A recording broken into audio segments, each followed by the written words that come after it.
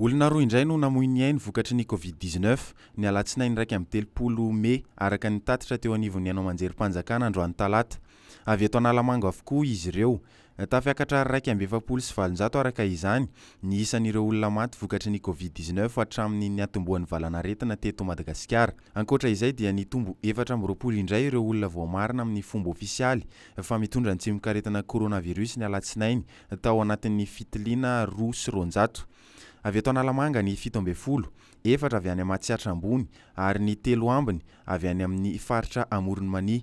Olona 270 no anaty fitsaboana ka ahitana fahasarotsana avokoa. 20 kosa no sitrana. Rapitso Alarobia no fantatra ny lisitr'ireo mpilalao malagasy voafantana hiatrika ny fifampivondronana ny volana Jona. Araka ny loharanom-baovao iray avy ao amin'ny Federasiona Malagasy dia hanao fihaonana ampitaindavitra amin'ny mpanao gazety Erika Rabesandratana, mpanazatra vonjimaika ny ekipa nasionaly ny baolina kitra. Resadresaka faharoa io hatramin'ny nahavoatendry azy ho mpanazatra vonjimaika isoloan'i Nicolas Dupuis.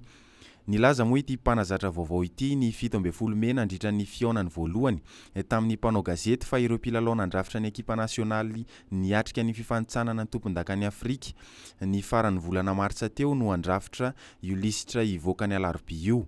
Andrasana ihany koa ny fiantsoana ny Abel Anise Andrianantenaina, kapten'ny Baria izay nilaza Mpahibemasy omaly tao amin'ny tambazotra antserasera fa tsy mifankahazo loatra amin'ny Erika Rabesandratana. Tsy mbola nodinian'ny solombavam-bahoaka indray ny tolo-dalàna manintsy ny lalàna amin'ny feno zoam-pirenena malagasy. Tany amin'ny Asam-Boamera dia efa nihemotra ireo solombavam-bahoaka ny amin'ny fandiniana ilay tolo-dalàna. Raha ny voalaza ny tatitra novakiana Mpahibemasy androany talata dia solombavam-bahoaka maromaro ao anatin'ny Voamera tokony handinika ilay tolo-dalàna no nangataka ny hanomezana fotoana bebe kokoa azy ireo handinika ity tolo-dalàna ity.